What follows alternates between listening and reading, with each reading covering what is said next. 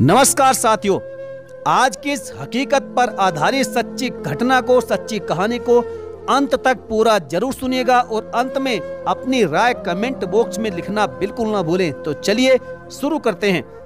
वह एक स्वतंत्रता सेनानी के परिवार में जन्मी, अयोध्या के दंगों में अपनों को खोया, न्याय के लिए लड़ने का हौसला उन्हें विरासत में मिला। मुस्लिम लाचार औरतों की बदहाली देखकर उनके लिए लड़ना शुरू किया। 3 तलाक, हलाला और सरिया जैसे कानून के खिलाफ सुप्रीम कोर्ट का दरवाजा खटखटाया। नाराज लोगों के हमले झेले, हत्या की धमकी तक मिली, लेकिन फिर भी वह डटी रही। उनके काम को विदेश तक पहचान मिली। अमेरिकी सरकार ने अपने इंटरनेशनल लीडरशिप प्रोग्राम में उन्हें सम्मानित किया। साथियों, यह कहानी है एक मुस्लिम महिलाओं की आवाज उठा रही एक्टिविस्ट नाइस हसन की। तो आइए जानते हैं उन्हीं की जुबानी। कहानी में अंत तक जरूर बने रहिएगा। वह 1992 का साल था, जिस अयोध्या में मंदिर और मस्जिद विवाद की वजह से देश में दंगे हुए। वही मेरा ननिहाल है। परनाना बहुत बड़े जमींदार रहे थे। राजा अयोध्या से उनके करीबी संबंध थे। हिंदू मुस्लिम मोहब्बत का रिश्ता इतना पक्का था कि हिंदू परिवारों की शादी की रस्म रिवाज की शुरुआत भी मेरे नाना के घर से होती थी। जब माहौल बदलने लगा और दोनों समुदायों के बीच झगड़े होने लगे, तब भी हमारे घर की तरफ किसी ने एक पत्थर तक नहीं उछाला। लेकिन 1992 में मंदिर मस्जिद के विवाद में दंगे भड़क उठे। घरों में आग लगा दी गई। दंगाइयों ने मार काट मचाई। तब भी नाना के घर में सब निश्चिंत बने रहे।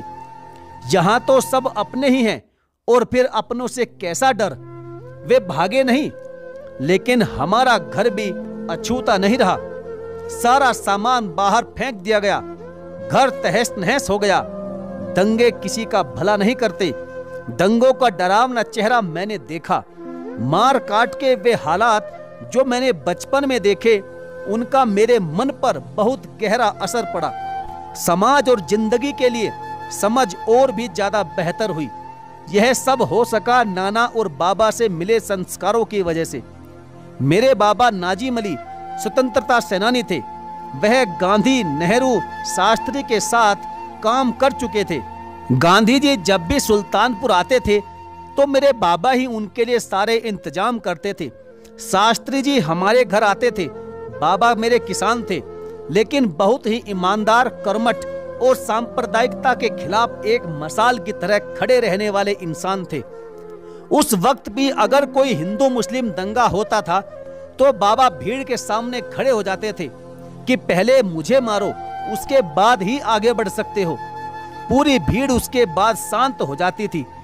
उन्होंने मुस्लिम लीग का विरोध किया था, जिससे कम्युनिटी के लोग भी उनके खिलाफ हो गए, लेकिन उन्होंने कभी भी अपने उसूलों से समझौता नहीं किया। 1952 में हुए पहले विधानसभा चुनाव में वह विधायक भी बने। आज उन्हीं की विरासत को मैं आगे बढ़ा रही हूं। तब आजादी की लड़ाई सबसे बड़ा सवाल था और आज खासकर मुस्लिम महिलाओं की आजादी की लड़ाई सबसे बड़ा सवाल है। सुल्तानपुर में स्कूली पढ़ाई करने के बाद मैं लखनऊ आ गई। डबल MA, MPhil की पढ़ाई और PhD की। एक रुतबे वाली फैमिली से आने के बावजूद भी मुझे छुआछूत का सामना करना पड़ा। दूसरी लड़कियां मेरा टिफिन तक नहीं छूती थी। किसी अच्छे इलाके में लोग किराए पर हमें घर तक नहीं देते थे। ऐसा भेदभाव देखकर मुझे रोना आता। फिर पढ़ाई के दौरान ही सोशल वर्क भी करने लगी। 2002 में गुजरात में दंगे हुए।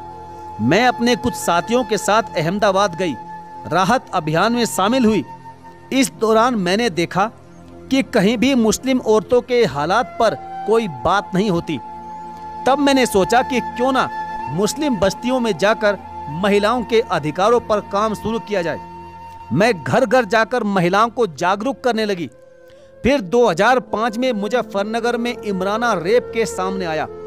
उसके साथ उसके ससुर ने ही रेप किया, लेकिन रेपिस्ट ससुर को सजा देने के बजाय लोग कहने लगे कि अब सोहर से इमराना की शादी टूट गई है और रेपिस्ट ससुर इसका पति बन गया है। हम लोगों ने इमराना को न्याय दिलाने की लड़ाई शुरू की।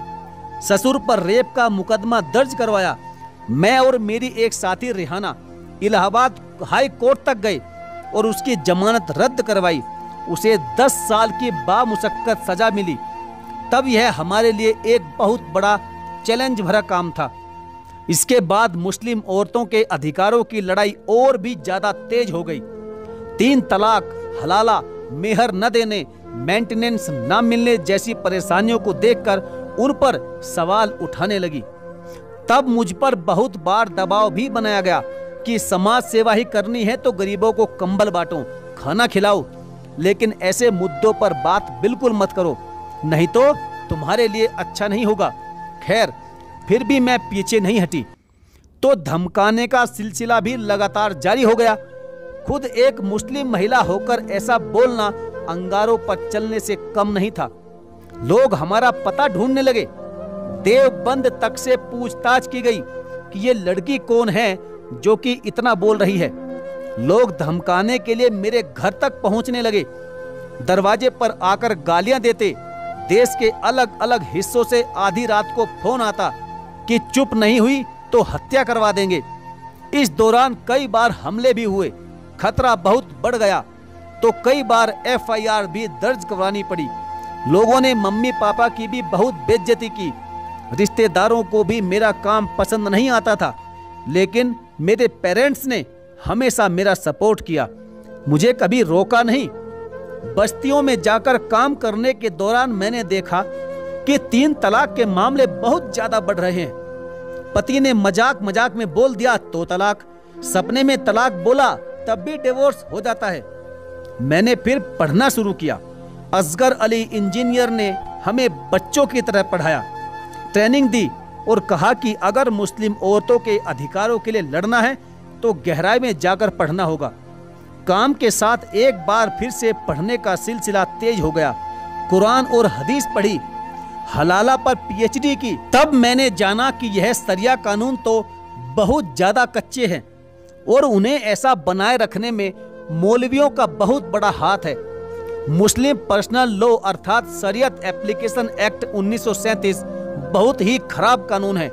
इसमें उलेमाओं ने अपनी मन मर्जी से कानून लिख दिए हैं और देश की अदालतें भी उन्हें मान रही है।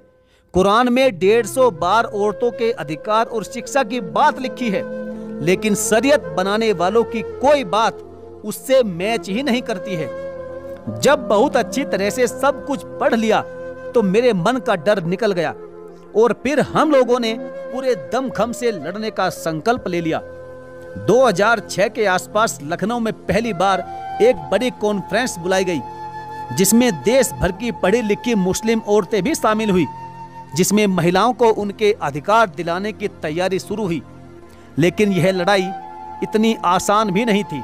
मौलवी कह रहे थे कि 3 तलाक तो इस्लाम का एक हिस्सा है, यह हटाया नहीं जा सकता, जबकि कुरान में कहीं भी इसका कोई जिक्र तक भी नहीं है।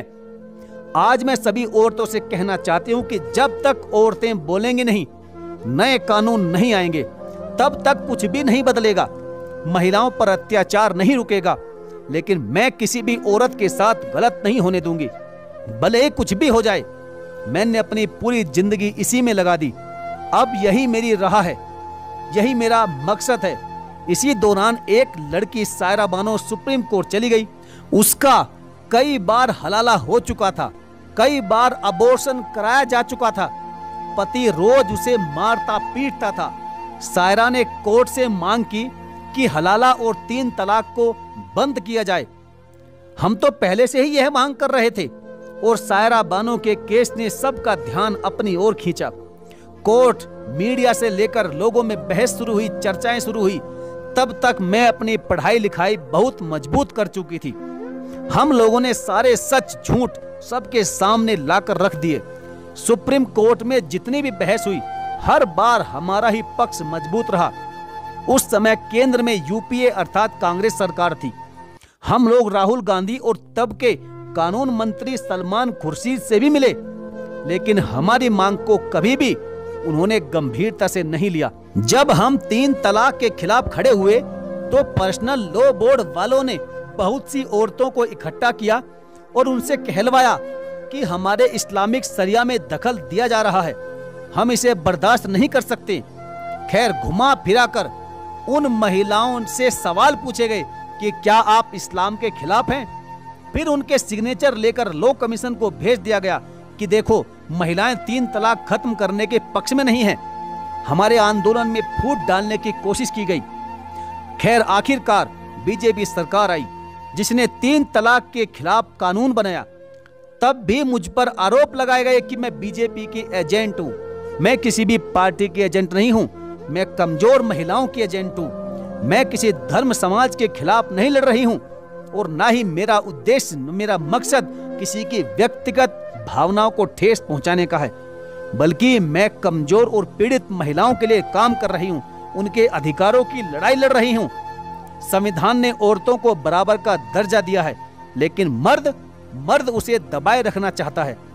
हम ऐसे ही पुरुषों और धर्मगुरुओं के वर्चस्व को तोड़ने में जुटे हैं, तो ये महिला अधिकारों के खिलाफ कैसे हो गया?